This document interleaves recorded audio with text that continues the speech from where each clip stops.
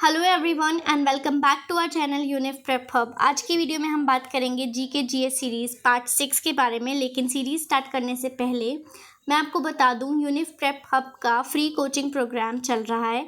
इसमें अब live classes भी स्टार्ट हो चुकी हैं। हम आपको current affairs, GK GS, reasoning और इंग्लिश सिखा रहे हैं।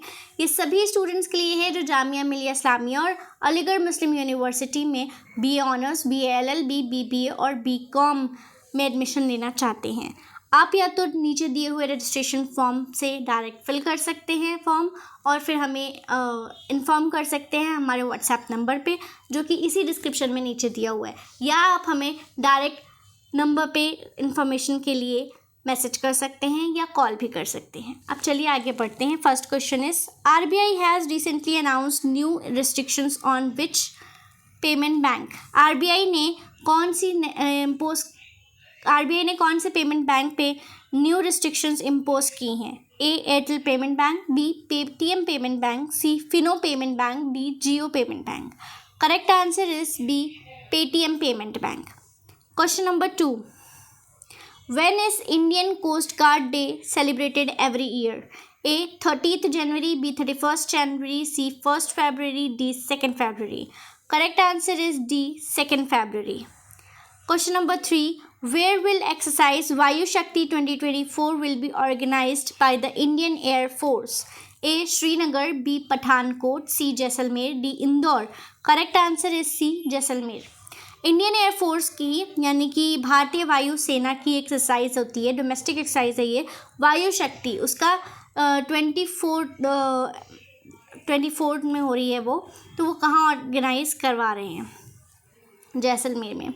Question number 4, who has taken oath as the new chief minister of Jharkhand? Jharkhand के चीफ मिनिस्टर के बतौर किसने नई ओथ ली है? क्योंकि हेमंत सोरेन इससे पहले झारखंड के चीफ मिनिस्टर थे, जिनको ईडी ने गिरफ्तार कर लिया है और उन्होंने रिज़ाइन दे दिया है। तो अब उन्होंने न्यू चीफ मिनिस्टर कौन बने हैं? तो वो हैं, पहले ऑप्शंस देख लेते हैं। A Hemant Soren, B Arjun Munda, C Champai Soren, D Dikuram Soren. Correct answer is C Champai Soren. Question number 5, how much has the central government increase the target of Lakhpati Didi योजना? सेंट्रल गवर्नमेंट की एक योजना है लखपति दीदी। इस बार इंटरिम बजट जो था, जो फरवरी में प्रेजेंट किया गया by finance minister Nirmala Sitharaman, तो उन्होंने कितना लखपति दीदी योजना के लिए टारगेट बढ़ा दिया है? A 3 crore, B 3.5 crore, C 4 crore, D 4.5 crore. Correct answer is A 3 crore. Question number 6, in terms of area India is the dash largest country of the world.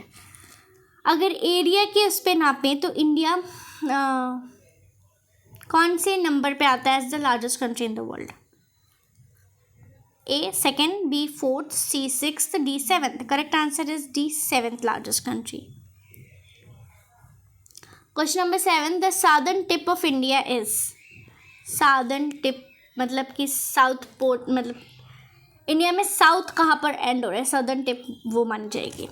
A Cape Comorin Kanyakumari, B point Calimere, C Indira point in Nicobar island, D Kovalam in Thiruvananthapuram.